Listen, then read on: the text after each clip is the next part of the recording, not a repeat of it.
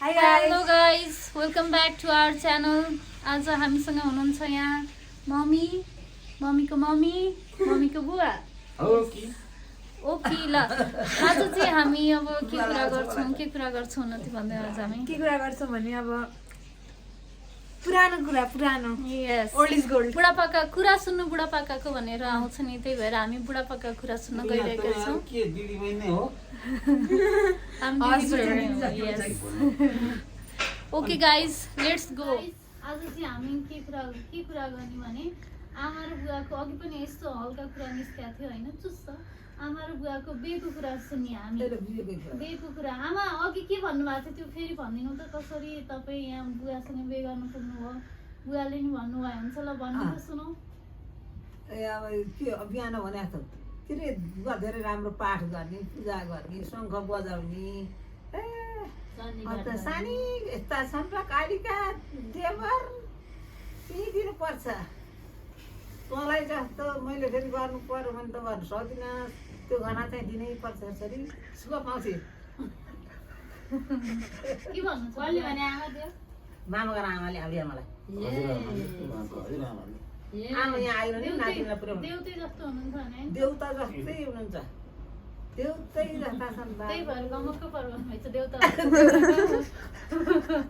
देउताहरू बोल्दैन नि त, मूर्तिहरू देखाउने बस्छन् होइन त आमा? मन्दिर आएको देउता बोल्दैन। खालि हेर सानी त्यो बेला त्यो सुख पाउँछ छोरीले। हेर पेटभरि खाना पाउँछ। तँलाई जस्तो मैले के अरे चामल भर्नु पर्यो भने हाम्रो खान नदिने नि हाम्रोमा त्यस्तो। हामी आमा र दिदीलाई सीता आमा र आउने त्यो भेला गरेर क्या त्यही कारण अनि बिहे चाहिँ अब त्यस्तैबाट। अनि फेरि यो टाढा 13 गते जन्तिला र 14 गते ल्याइयो कति कुन वैशाखमा। वैशाख 16 साल वैशाख 13 गते गएको, 14 गते आएको जन्तिला। हाम्रो विवाह चाहिँ नि बुवाको पनि त्यही दिन 10 वर्षको उमेरमा भयो। त्यही दिन भएको रे नि त त्यही दिन भएको बुवाको। आमा भएको दिन भएको बुवा एकै दिन भयो।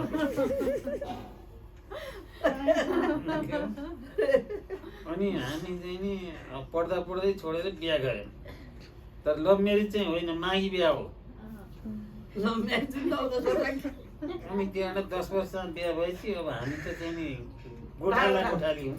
गाई गोठाला बाख्रा गोठाला। अनि म बाख्राले चराउने भने म बाख्रा चराउने भने उहाँ होइन होइन गाई तिमी भन्ने होइन होइन गाई तिम्रो बाख्रा मेरा भन्ने। त्यस्तै हुँदा हुँदै हान्दा बहुतै हुन्थ्यो हाम्रो। नकराइकन मिलेर चराओ, दुवैजनाले दुवै ठाउँ लैजाऊ भनेर चाहिँ घरबाट चाहिँ नि आमा बाले चाहिँ लैजाऊ। कसैको अन्न बाली नखाउनु, राम्रोसँग मिलेर चराउनु भने कहाँ मिल्ने कुरो थिएन। दुवैजनालाई गाई चराउनु पर्ने, दुवैजनालाई बाख्रा चलाउनु पर्ने। अब त्यहाँ एउटाले गाई एउटाले बाख्रा भनेर चाहिँ सहमति भयो भए पो हुन्थ्यो। होइन बाख्रा तल बस्ने माथि बस्ने, माथि आएका बाख्रा म झार्ने अनि तल गएको बुवाले माथि त अनि हाम्रो पाखा पहिरो चाहिँ गाई धान खान जान्थ्यो नि त। राम्रो थियो। ए अनि फेरि त्यो 10 वर्षमा बिहाको कुरो आयो। कसरी आयो बिहाको कुरा भनेदेखि ल बिहा चाहिँ नि यो नातिनीको चाहिँ नि देवरलाई नै गर्नुपर्छ। उहाँ यति राम्रो देउता जस्तो हुनुहुन्छ कि चण्डी पाठ गर्नुहुन्छ, भगवती स्तोत्र पाठ गर्नुहुन्छ। स्वस्थानी त झन् बिहानभरि पूजा र पाठ गर्दै भुट्नी त्यस्ता त्यहाँ ध्यानी शङ्ख बजाउने शङ्ख त्यस्तै राम्रो 3 गाउँ थर्काउने गरी 7 गाउँ सुनिने गरी शङ्ख बजाउने। ए छोरी सानी देउतै जस्तो हुनुहुन्छ है, अन्त नदिउँ। अनि एक त त्यो दोहोरो कुरो खान मजासित यो छोरी यो बुहारी नभन्ने। चिरुवा कचौराले चाहिँ झ्याम झ्याम एकै कचौरा दुध दिने। नत्र अन्त त बेसी हो नि, यस्तो चलन हुन्छ नि त्यो घरमा थिएन। हजुरआमाले गर्दाखेरिमा अनि खेर छोराको छोरी र छोरीको छोरी एउटै घरमा चाहिँ दाइ भाइलाई चाहिँ बिहा भयो। हाँसी खुसी रमाइलोसँग बित्यो रमाइलोसँग बित्यो अहिलेसम्म फुपू भदै भनेर थाहा छ त्यही त दिदी पनि थाहा छैन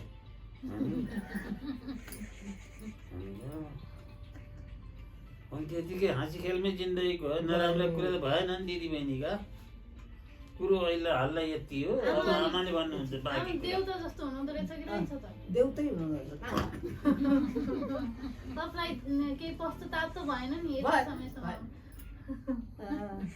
कहाँ हुनु पछुता पछुता हुनु मलाई मन त दिया देउतालाई नै दिए देउतालाई चाहिँ देउता त्यसमा हाँस्नु भने धेरै हाँस्यो भने नाच्छ नाच्दैन है हाँस्नु नि पर्छ नि बुवा जो हाँस्ने नि अहिले जो हुन त हाँसेको हानु भनेको छ रामदेवले धेरै मान्छेलाई रोक्न हुन्छ जति पनि हानु गर्नु भनेको छ अहिले योगामा चाहिँ उयोलाई चाहिँ त्यसो भन्थ्यो जति सक्यो हानु राम्रो हुन्छ अरे हाँसेपछि सधैँ दिनभरि हाँस्नै पाइन्छ अगाडि मुख लाउनु यो हाँसेको कुरा छोड्दियो अनि त्यो चुरोटवाला कहानी सुनौ न चुरोटवाला ए चुरोट त खाइरहने हो। ए देउता यस्तो थियो कि त आमालाई नि खुवाउनुहुन्थ्यो भने होइन सानैदेखि 4 वर्ष अगाडि खाएको रे अम्बल चाहिँ नि सानैदेखि चुरोट चाहिँ नि एउटा सकियो कि सिगरेट फेरि त्यसैमा चाहिँ झ्यास जोडेर अर्को तानिहाल्ने खाइहाल्छ चुरोट मैले दुलो मान्छे चुरोट खुवाएर फेरि तानिहाल्ने हुँदा हुँदै अहिले चाहिँ उहाँ चाहिँ नि दमको रोगले चाहिँ शिथिल हुनुहुन्छ यसको मतलब चुरोट त्यसले आमालाई समेत खुवाउनु भएको भने राजकीय होइन कुरो गर्नु भएन खाऊ खाऊ एक सरको त ताना भन्दा भन्दै खान्न भने चाहिँ बुढी माउलाई पनि खुवाउँथे एक सबको दुनियाँ अर्को देउता चाहिँ त्यस्ता थियो फेरि चाहिँ देउता तर एउटै कुरा चाहिँ गुण थियो कि सबैले खानुपर्छ सबैले चाहिँ नि नाच्नुपर्छ सबै हाल्नुपर्छ भन्ने बानी चाहिँ त्यो देउताको साह्रै राम्रो थियो अरूले देखुन् नदेखुन् देउताको मानि त यति राम्रो अरूले तपाईँ भन्नु नभन्नु म पाइ भन्नु त्यही हो मिठो पाए मै मात्रै खाऊँ नमिठो यस्तै हो यो आत्मा साँची राखेरै कुरो गरे हो यो झुट कुरो चाहिँ होइन प्रभु मेरो यति हो अब बाँकी कुरा अरे शरणम भन्छ अरे शरण बाँकी हो होइन कुरो उहाँले भन्नुहुन्छ साँचो हो सबै होइन भन्नु हुँदैन देउताले झुट बोल्नुहुन्न नि त देउताको कुरा होइन नभन्नु भनेको छ भने होइन होइन जस्तो देखाएको छ त्यस्तै भन्ने अब कति सही गऱ्यो कि सही असै भन्ने हुँदैन भन्न असै रहेछ भने अब सही। सहीबाटै अमेरिका गएको छोरो असै हुने असै चाहिँ टिका भयो पो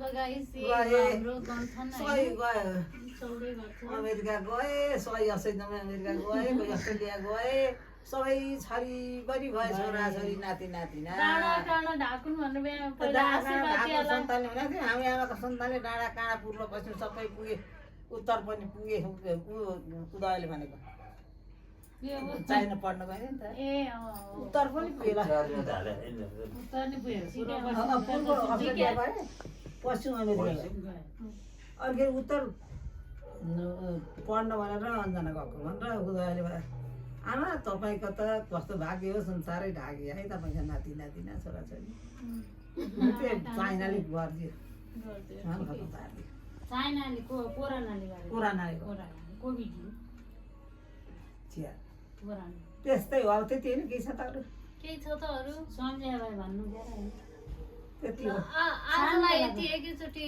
धेरै नभनौँ होइन ओके अर्को दिन थम्स अप अब दोस्रो पार्ट आउँछ यसको सबले थम्स अप गर्नु त यहाँ राति पुरा अर्को दिन खेतीपाती दौडिने भन्ने कुरा ओके गाइस आजको लागि यति नै यस like share subscribe comment okay by